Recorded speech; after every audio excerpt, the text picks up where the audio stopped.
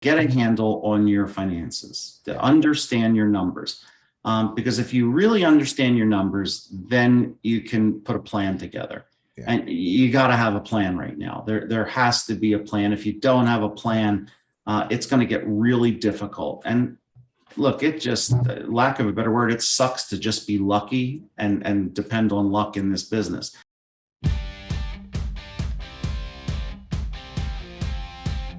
This is the Wealthy Contractor Podcast, brought to you by G4 Marketing. Interviews with today's top home improvement entrepreneurs about marketing, sales, money, mindset, and lifestyle. Now, here's your host, Brian Kaskavalsian.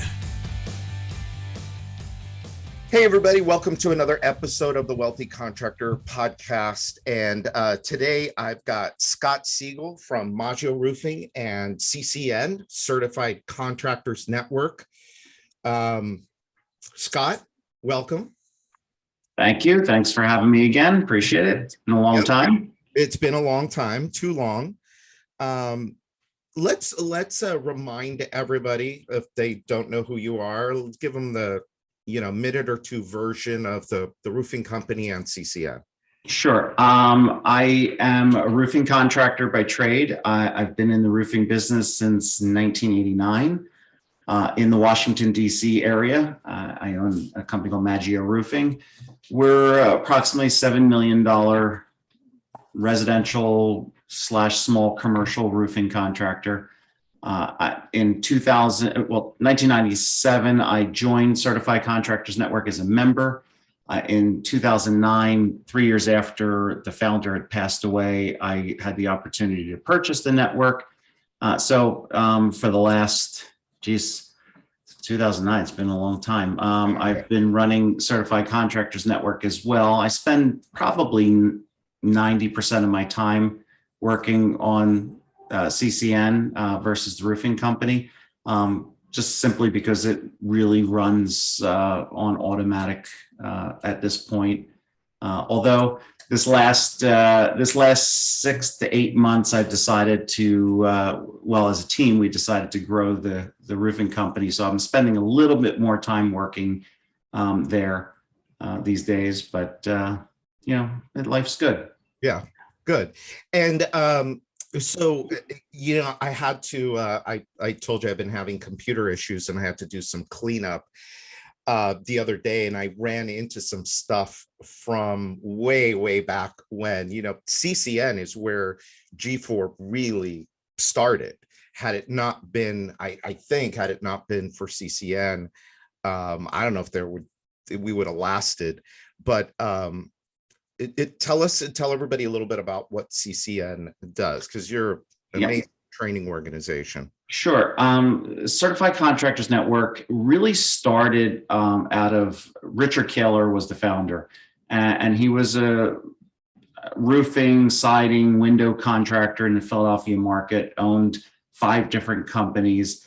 And he did a lot of speaking engagements, and CCN was born out of that. He retired from his contracting companies, gave them to his brothers, and sold off a couple of them, and decided that he would just train contractors, training and consulting. So we've kind of turned it's a lot of sharing of best practices and training programs, and it's kind of morphed over the years into, I guess is the best way to explain it is it's like a full-blown operating system for your home improvement company. So it's from the systems and processes to training those systems and processes to coaching people through it. It really it's a little bit different than like generic coaching, because I would say generic coaching in the home, in the entrepreneurial space, it's not real specific, right? It tells you need to know your metrics, but they don't tell you what metrics. You need to be able to sell your projects, but they don't tell you how to sell your projects. You need to hire the right people. They don't tell you how to hire the right people. Who are the right people? CCN really gets down to the nitty gritty and not only tells you what KPIs to measure, but what they should be and how to measure them. how to, not only do you need to sell at the right price, but how do you arrive at the right price for your company? Yeah. And then how do you actually do it step by step? Yeah, cool. All right. So Scott and I started a very interesting conversation a couple weeks ago at an event in Baltimore. And as we were going, I'm like, hey, stop, let's meet, let's turn on the recording and let's continue this conversation, so that it's not just me and him having it, it's me, him, and you, the listener. So we were talking about kind of what's going on in the industry. That's a lot changing. We were talking a little bit about the economy and what might be coming. And so I thought, Scott's got a really good pulse. I think kind of like I do, dealing with hundreds of companies out there. And so I thought it would be really good to get his take on what he sees going on and where he thinks we're headed, because you've been through a few ups and downs. The early 90s, went through that recession, then the bust in 2000, and then again in 2008 and 2009. That was pretty rough for everybody. I don't know, look, there's a million talking heads on TV predicting, we have a bear market, a recession, the rising inflation, you get all these things. And then you've got, people talking about, well, we're at the bottom. It's nowhere to go but up.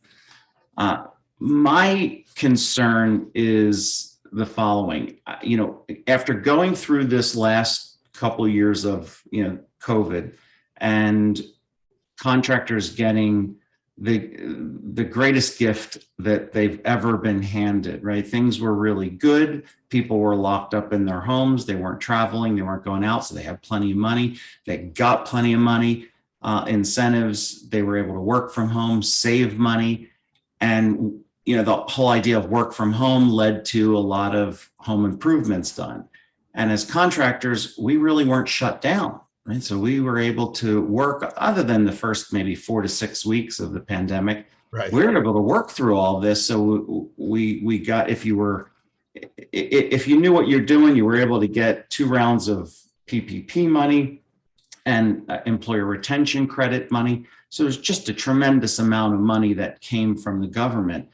I'm in the unique position where we train contractors on their financials. Right? We sit down with them, we go through their business plan and help them create a pro forma and really drill down to see what's really going on.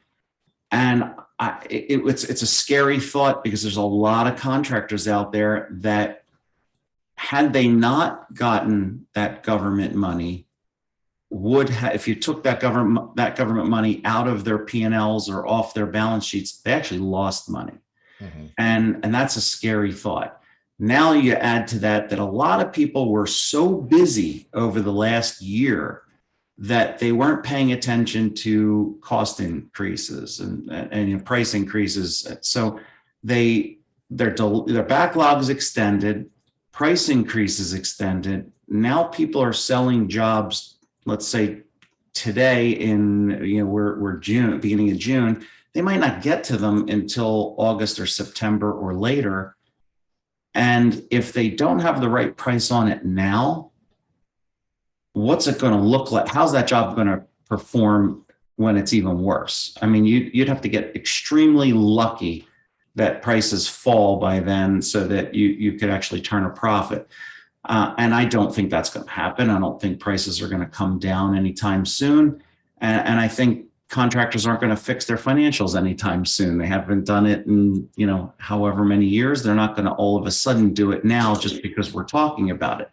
So I see what I kind of, if I have a crystal ball, I would say to somebody, the large contractors are going to get much larger. And the small contractors are going to get squeezed and probably we're going to have another mass exodus out of this space that we had in 2008, 2009, a lot of bankruptcies, a lot of people going under. which, could be good and bad, right? I mean, for those that are smart and those that have a handle on their financials and have a handle on all the systems and processes, they can take advantage of something like that. This creates a lot of opportunities. There's going to be a lot of work to be done that's no one's going to be able to do. There's going to be maybe more potential employees to hire, subcontractors to hire, things like that. So there's good and bad there. I mean, there's a silver lining. It's not all doom and gloom, but I would say if you're listening to this recording and you really don't have a strong handle on your metrics of your business, you better find somebody like the two of us who could help you really understand your financials and then put together a good plan to be able to make a profit. Yeah. And like you said, this is not doom and gloom talk. This is for the right companies. It's being prepared. There's a little bit, I think, of healthy paranoia. As an entrepreneur, I think you got to have a little bit of paranoia. Not, hey, the sky is falling, but what if the sky fell? Right. How do you plan for it? And frankly, I look back and in 2009, 2010. So for those that were in business through that horrible financial crisis, I had my best year I've ever had in business in 2009, 2010. That span when everybody was going under, we had our most profitable year we had ever had. Yeah. Man.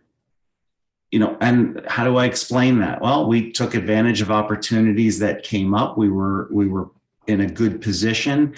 And I think right now we're in a good position. We're flush with cash. We have the capital.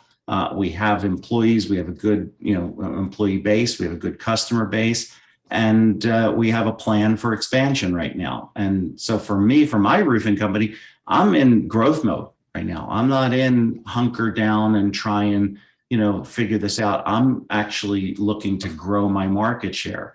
And I think so there is a lot of good opportunity out there, but it doesn't hurt to have a little bit of skepticism too as to what's happening, what's going to happen. Because, you look at different areas, the real estate bubble it's got to be a bubble, right? I mean, how could prices rise as much as they're rising everywhere?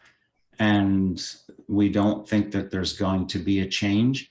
I mean, just today, or actually, I guess it was yesterday, Elon Musk put out a whole thing, talked about how he expects every employee to be in the office a minimum of 40 hours a week. Yep. And if you're not going to get there, don't come to work. Now, he also sent out an internal memo that said they need to reduce their workforce by 10%. So there might be something, to that why he said that, so that doesn't, create a, problem.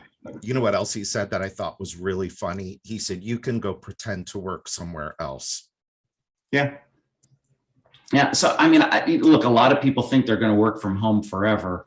I think that's unrealistic. So once that realism that you're going to have to go back at some point to a hybrid schedule or to an actual office, that could put a little bit of a cool down on the housing market, along with the rising interest rates, along with the stock market taking a little bit of a downturn. There's a lot of little things. Costs are going. I mean, the inflation's going insane. Yeah. Look, I just got my health insurance rates for my company, and we're, across the board, it's each plan's 11, 12, and 15% higher costs. Wow. Yeah. It's this is real, and it's going to affect everyone.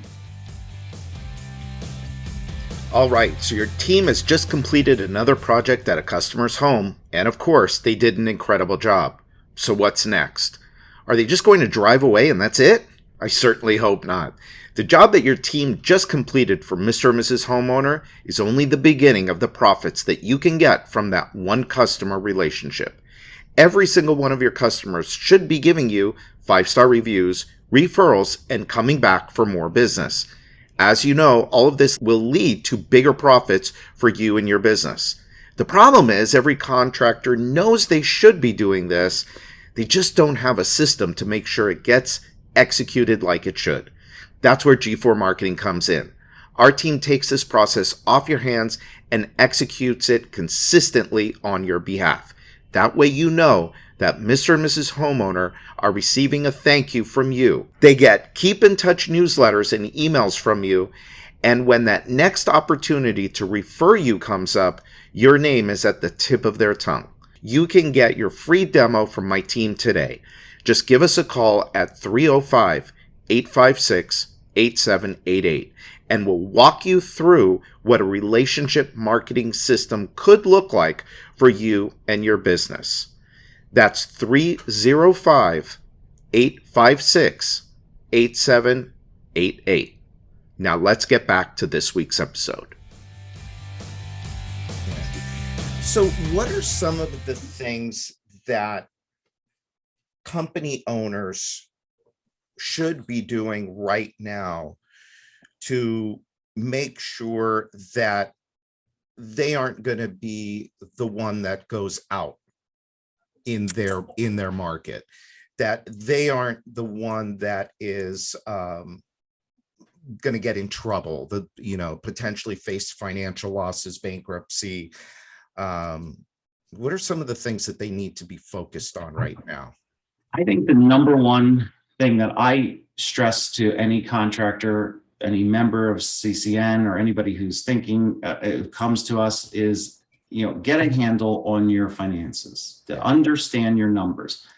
Because if you really understand your numbers, then you can put a plan together. Yeah. And you got to have a plan right now. There has to be a plan. If you don't have a plan, it's going to get really difficult. And look, it just, lack of a better word, it sucks to just be lucky and depend on luck in this business. It's hard enough. It's a horrible strategy. It's not a strategy. Right. And then we have, look into, don't just accept what people are saying as gospel. And I'll give you an example. We had a speaker at our last conference who titled his presentation, "The Great Resignation." He talked about the Great Resignation and the people are resigning. It's an alarming thing since COVID. Well, the reality is it's a myth. There is no such thing as the Great Resignation. If you really look at, okay, well, where did this come from? This came, the whole title, the term Great Resignation came from some professor at Texas A&M who was being interviewed, and he was sharing some research, and he said, I really think what's going to happen in the coming months is there's going to be a Great Resignation in the US. And all of a sudden there was memes and there was, the whole thing was born, this era defining moment of the Great Resignation is born. But if you really take a look at the numbers, and the US Labor Department tracks these numbers, they track the quit rate of people. The quit rate of people has been going up for 20 years, every year. It's not like the pandemic COVID caused a Great Resignation. It's been rising every year.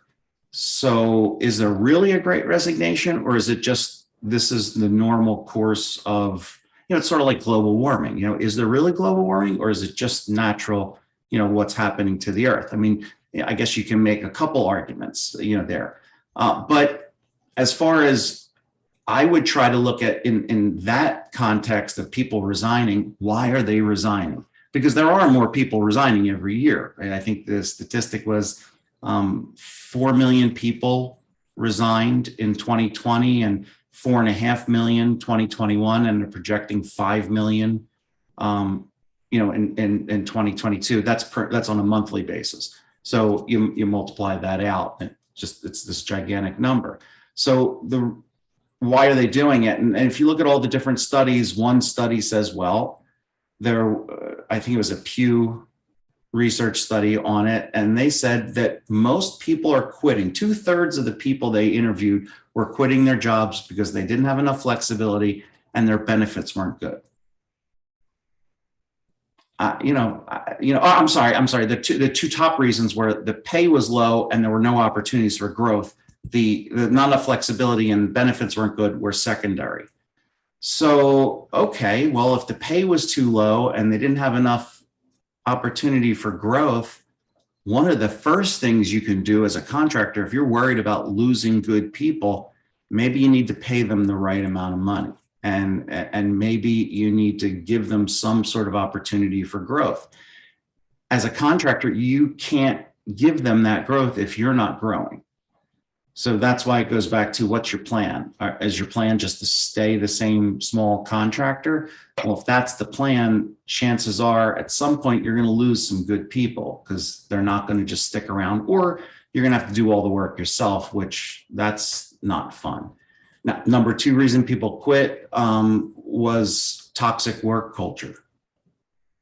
Now, that hits our industry in a big way because most small contractors, they don't have the greatest culture in their business, and they don't know how to really make that culture. So you've got to do some work on that. So there's all kinds of reasons why people are quitting. But what it comes down to is it's not COVID. COVID didn't cause this. It's people are making that move because they wanted to work flexible hours and all that long before COVID was ever even a thought.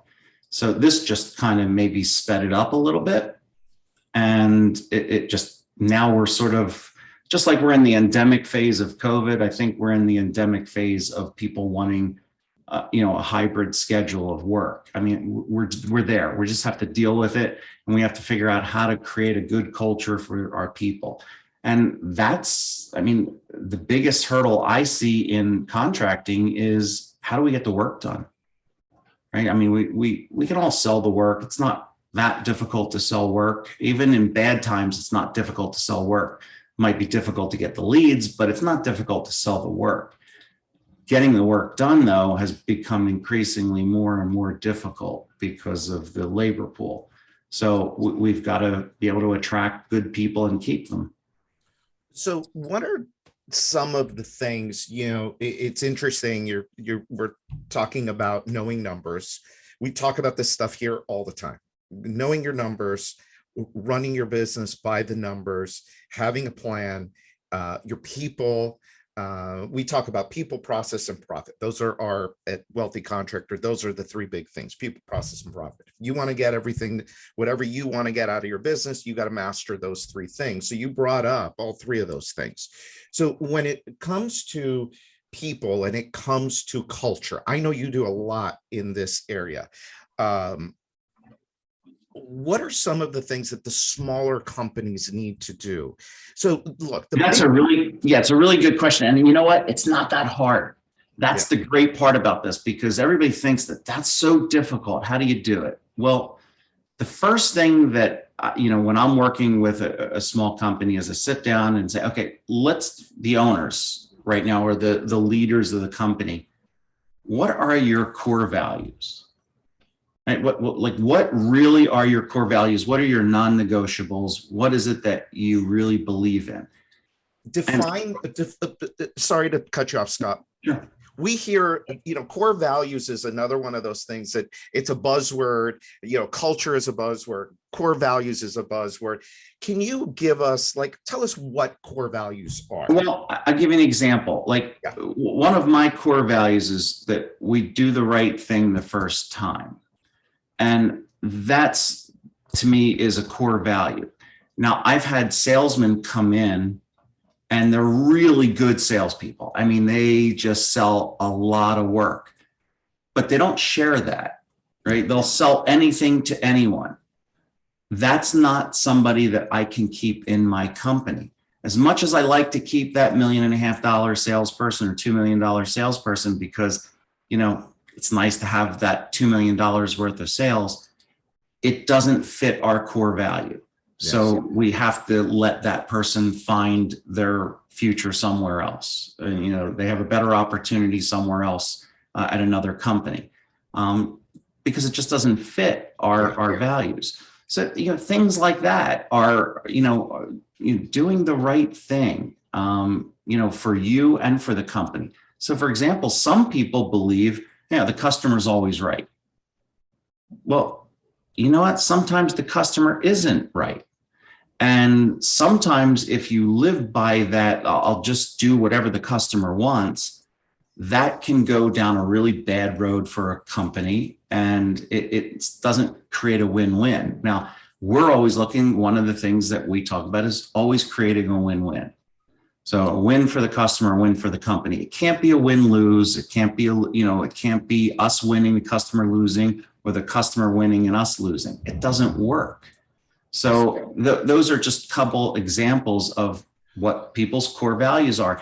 And once everybody understands that, and don't have like 50 core values, right? That's not a core value. You have 5 or 6 core values. It's probably pretty good that you can live by and run your business by. Well, if you share that with everybody and you have people in your organization that share those core values and aren't working against you, it's a whole lot easier to keep them, and it's a whole lot easier to attract more people like that, and it helps your company grow. Well, and I think the key there, and you just said it, is I think a lot of business owners, especially in the smaller companies, they have these values in their head. It's like, well, this is how I want to do business. I want it to be this. I want to be that. But they don't share it, and they don't necessarily live it. Because in a smaller organization, oh man, this has to get done, or oh, we need that sale in order to make payroll. So they'll give up the core value. They won't live by the core value, or they'll make an exception to the core value.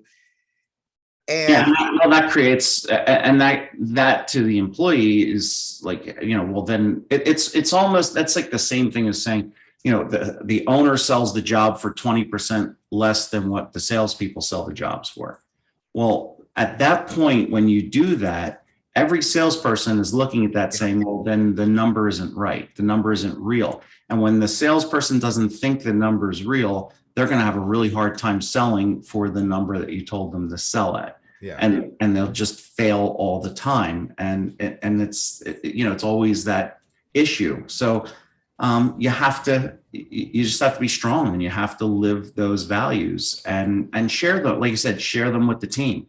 So once you get them, it's sort of like, what do you want out of your business? What's the vision of the company? You as the owner might think where the company's going, but if you ask 5 of your employees, do they all know? And if they don't know, are they all doing things to move in the same direction? And chances are they're not. And it's not their fault, because they just don't know where you want to go. And if you just communicate it with them and actually shared it, that would go a long way. Well, and you got to get them to buy in. Sure. I told a story at our event this year about a conversation I had with one of my clients they were at, 5.5 million last year. They wanted to do 10 million this year. So my first question is always, well, why do you want to do 10 million? And blah, blah, blah. And we had this conversation, but I asked them at the end, I said, well, who else knows about this grand vision that you've got for the business? And he goes, well, what do you mean? And I go, well, does anybody in your company know? Has anybody else in your company agreed that, yes, this is the company I want to work for, or the vision that I want to go towards in my career? And he said, no. It's like, it was basically him and his business partner had come up with this, but nobody else knew anything about it. And it's like, well, how do you expect to get there if you don't have buy-in from the rest of the team? Right. And I think this is, especially in smaller companies, I think that's it's not just small companies. I mean, that's the myth that everybody thinks, well, that just only happens to small companies. So if you're a small company, understand that this happens to big companies too. Yeah, it's true. And they just, it just hurts them more, because you're talking about bigger numbers. But once you can get everybody kind of rowing in the same direction, it's amazing what can happen. And what changes you can affect. It really is.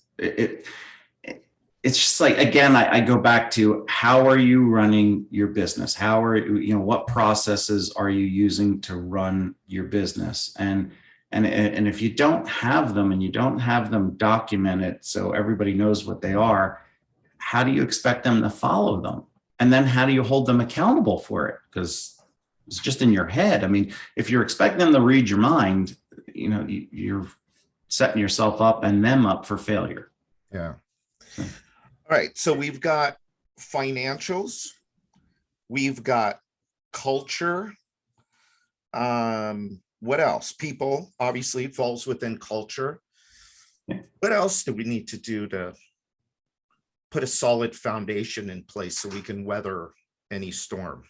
Well, again, I think that, you kind of said it, it's the people, it's the processes, right? It's having all of those systems and processes in place, because if you have them in place and you have them documented, then you can actually fine tune them, tweak them, work them, and get better at them. If you don't, again, then you're just it's almost like you're reinventing the wheel every month. Yeah. And it's tiring. And that's, it's funny when I hear contractors say to me, I've hit this glass ceiling, I can't get through, whether it's 2 million, 5 million, 8 million, you pick the number, it doesn't matter. A lot of people will grow to that level and they just can't break through that glass ceiling. And most of the time, the reason is because they didn't develop systems and processes that they've fine-tuned and tweaked in order to get past that. And I think all of us as smaller contractors have been there, right? It's happens at different levels. Sometimes it happens at $1 million level, $2 million level, a $4 million level. It happens in all different ways to different people. But once you see yourself hitting there, you've got to really look internally and say, okay, what are we doing, right? Do we have all of the processes? Because if we don't, then we're just expecting people to work at they're going to work at their comfort level, basically. And they got very comfortable working at that $3 million or $5 million level, and they just don't know what it's like to get past it. So if you have a system, you have a process, you just have to plug more people in. You hear it in sports all the time, trust the process, Yeah. right? Well, it's interesting too, those numbers that you gave, because there's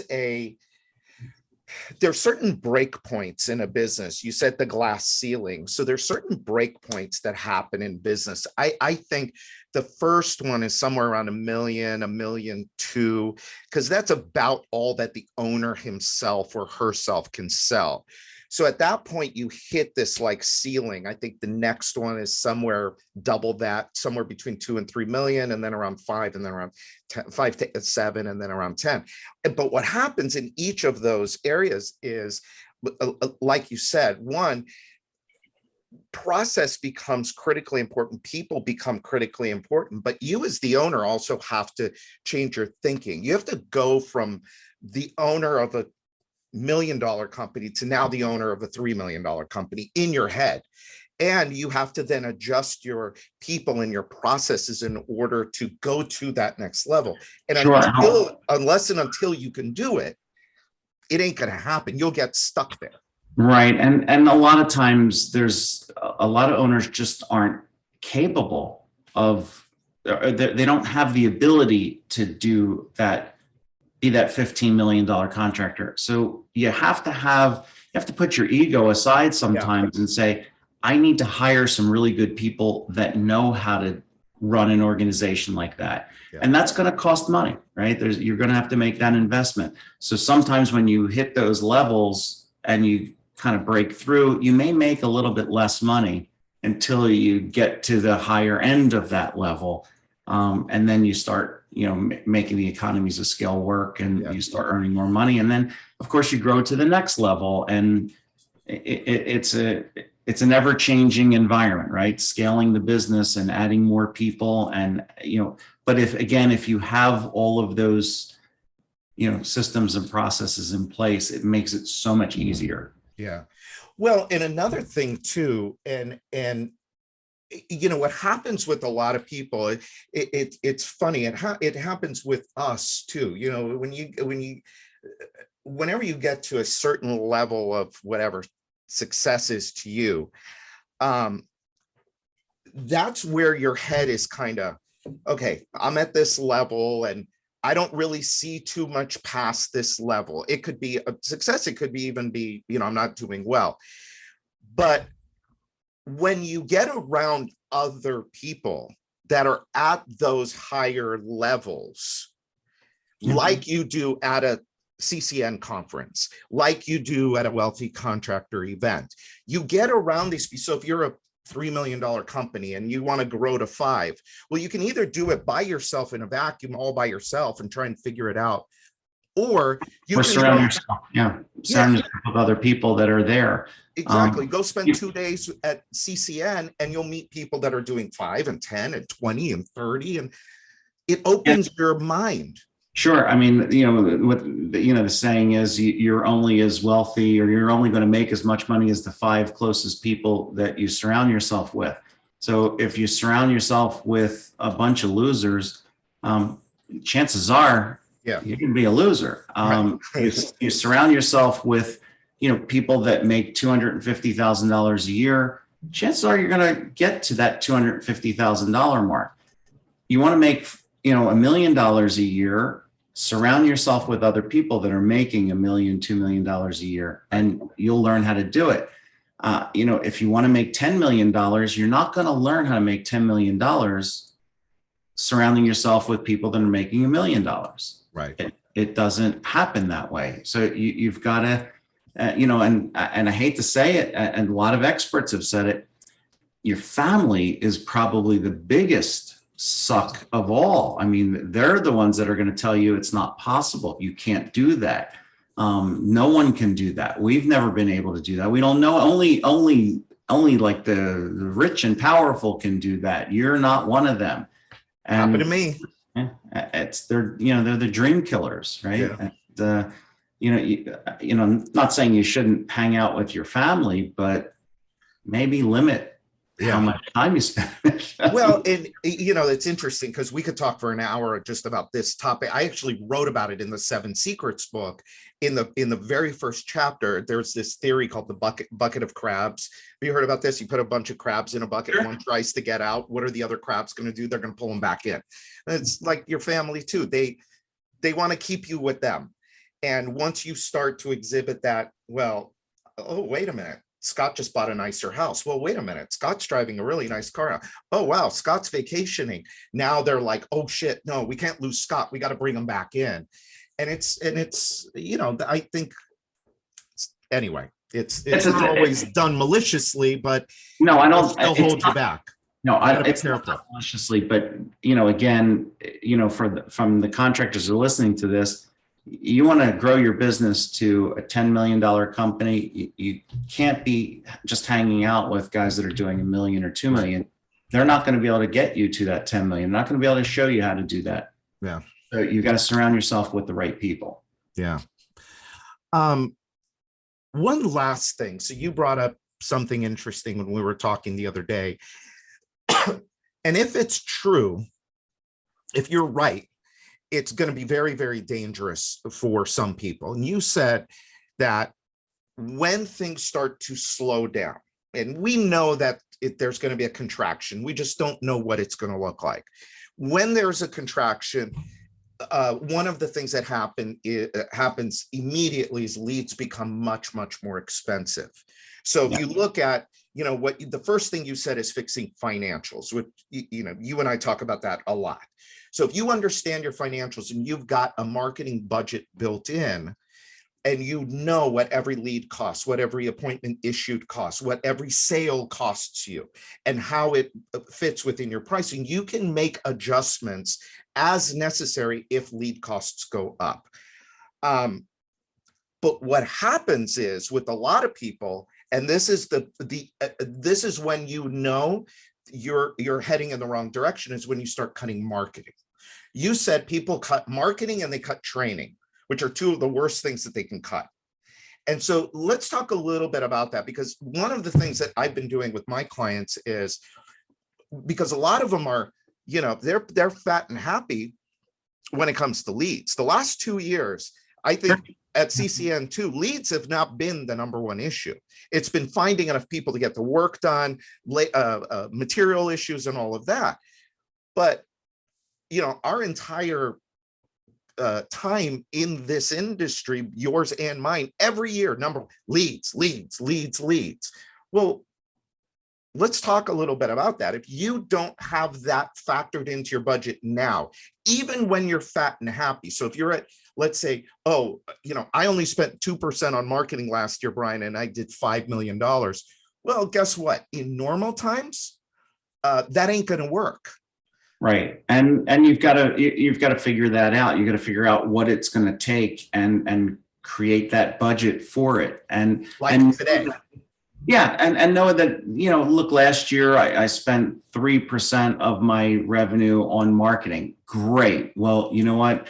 Maybe you should set aside and budget 7% and put that money aside so that when times do get a little tough, you have a little bit more money to spend, because it will be more difficult to get leads, and you've got to get a little bit more creative, and you've got to watch the trends. Right. I mean, that's a big deal, watching the trends, especially if, for me, it's not as much in the roofing business, but for like remodelers, that's a big deal, because if you look back 2009, 2008 to 2010, 11, the average job size all of a sudden started shrinking drastically because it contracted and people's buying habits changed somewhat. So all of a sudden now you're not marketing for that $250,000 addition. You're marketing for that $20,000 remodel, things like that. So you've got to be careful, and you've got to be able to identify those trends quickly, not after a year. Don't look back on the year and go, oh, I wish I had known. You've got to look at these numbers on a monthly basis. Maybe it's a biweekly basis, to try and notice the trends. And I hate to say, get yourself in, like you've got a marketing group, a mastermind group, get yourself in one of these groups that are meeting from people around the country. So you can, because some of you aren't big enough. Like I'm not big enough. $7 million doesn't really represent the entire market. Right. But, if you're looking at 20 companies that are doing 7 million each, all of a sudden you're looking at $140 million worth of work. And if everybody is saying, hey, this is what we're seeing in every area, well, there's a good chance that that's what the trend is going to. And maybe you need to make some adjustments to what you're doing marketing wise and what you're marketing for. Yeah. And maybe that causes you to hire different people. Maybe it causes you to reconfigure your production crews as well. It certainly might affect your salespeople, but it's also going to affect your marketing budget and where you're sending your marketing dollars. Yeah. And it's, I don't know if you find this true, but I found this to be the truth, is what worked yesterday doesn't work today, but it might work tomorrow. Right. It's the craziest thing. Things come around, and there's a lot of things that you may not have worked for you a year ago or 2 years ago, but you might want to try it out again because it might work now. Yeah. Just like things that have been working great for the last year might not work so great going forward. So don't just get so set in your ways that you're not going to change anything. You're not going to test anything, because there's, things are, if there's one constant, it's that things are always changing. Yeah. And, good advice. It's the same advice that I've been giving my clients too, is if you're only at 2% now, act as if you're going to have to spend 7 or 8. If you don't spend the extra money, wonderful, great, but put it aside, have the money. I don't know if Brian, Brian Gottlieb at Tundraland. Yes. There's a guy that started a company with $3,000 on a folding table. From the very beginning, what he did was he started off by taking 7% of every single job and putting it into a separate account. That was his marketing fund. Every single job, took it right off the top, put it away. And he built $100 million company with that. That wasn't the only thing, but that was, you take that strategy and you say, okay, The other thing too is, you talked about two things. You said marketing and you talked about training. I know you and I are big believers in training. And you guys have, an amazing program, an amazing community of members in CCN. And you're right in that the time that you need those people the most, the time that you need that support system and the training the most, when things start to contract and, oh crap, the money is not coming in, the first thing that you cut is like you're cutting your arm off, because now you just dropped your support system.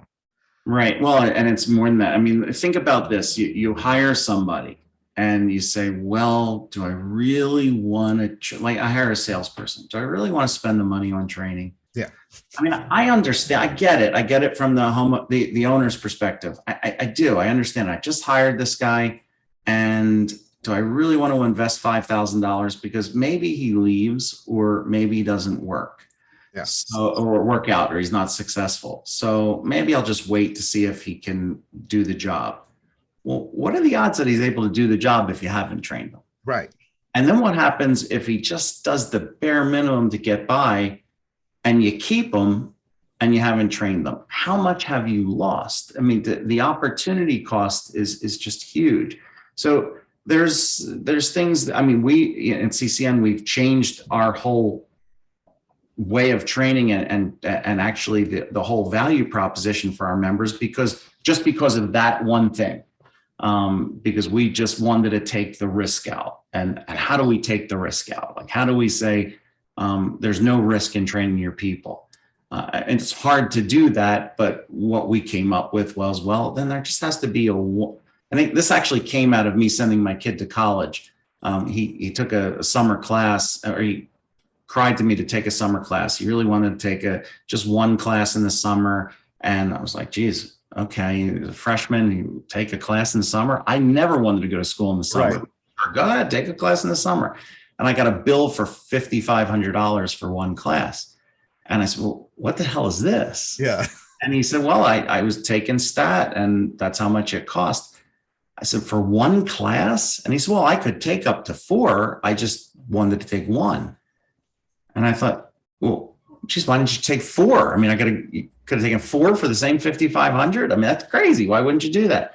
But he didn't have enough time to spend on it. So he wanted an A and, all that kind of stuff. So that got me thinking, geez, that's what we do in the contracting world. We should create a no-brainer for the contractor. So we kind of came up with an all-in price. Like, this is how much you pay. You can train everybody unlimited, an unlimited amount of time, because training has changed now. A lot of it's online, live stream. So the cost of it has come way down. So we've been able to make it so that it's a no-brainer. You hire someone, you immediately put them in training. Don't cut your training budget. Don't not train the person, because I can tell you that if you don't train your people, there's a really good chance, A, they're going to fail, and B, they're going to go somewhere else. Yeah. And, that's a problem. Okay. So everybody that's listening, so we got to wrap up here, but here's what's very interesting about all of what we just said, Scott. So we talked about, training, we talked about marketing, we talked about process, we talked about people. All of those things require a understanding of financials, which is where you started with this, right? Yeah. When you understand the economics of your business, when you understand how to price jobs properly, so your marketing budget, a good, what you need marketing budget is in place. When you've got the right money in place to bring the right people in place, pay them more, give them benefits, do the things that you need to do. When you've got the right price and the right financials to do marketing, to include training in there, now you've got a really good chance of building a company that's going to last, that's going to thrive regardless of what's happening, macroeconomic. It's not going to matter, because, like with Maggio, Maggio's not going anywhere. That company is going to be successful for, So we'll be as long as you choose for it to be successful, right? There's another, there's this whole sector of contractors that we haven't really even talked about, and maybe they're not listening to this, but maybe they are. Maybe there's a couple that are, and I just want to throw that out there. There's a whole sector out there that depends on the insurance companies to pay the bill, and start realizing, and I just want you to think about this: the way insurance companies make their money is by not paying claims and by their investments, right? I mean, that's how they keep premiums lower. They make more money in a good market by investing the money they take in as premiums and paying out less money. Well, we know what's happening in the stock market, right? We know what's happening with costs are all rising. So that's putting a constraint on insurance companies' profits. Even though I know the insurance companies make tremendous amounts of money, it's putting a pressure on them, which puts a pressure on the fact that they're not going to pay as much money, which filters down to you, the contractor, aren't going to get the money you thought you were going to get 2 years ago, 3 years ago. It's a different game. So understanding how to play that game and understanding how to do what you just talked about, putting the plan together, putting the marketing plan together, how to get the leads, how to get the right price, all that becomes indispensable. And you have to be able to do that. If you don't, I have a feeling those are the contractors that are we're going to see working for the bigger contractors. Yeah. Yep.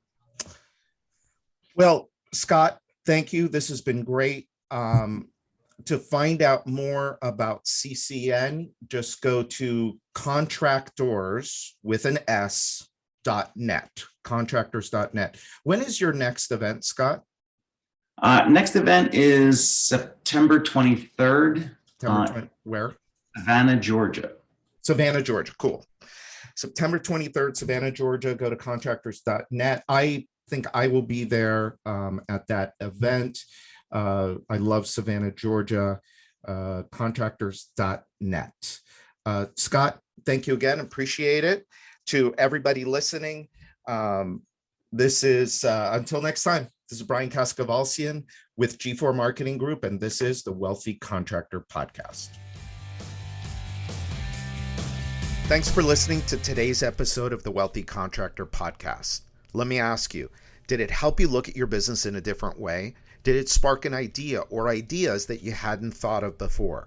Do you have a list of action items that you can take and implement into your business or your life today?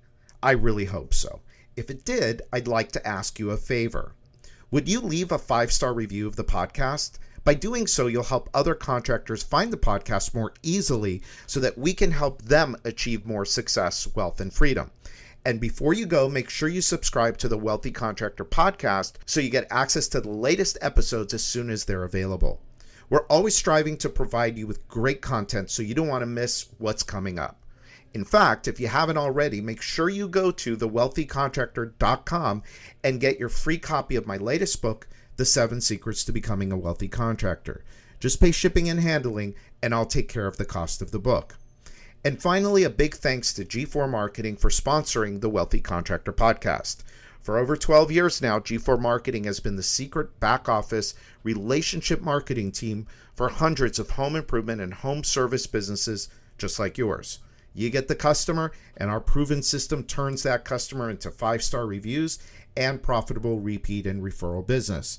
If your home improvement or home services company completes at least 10 jobs per month, they have a solution that will work for you.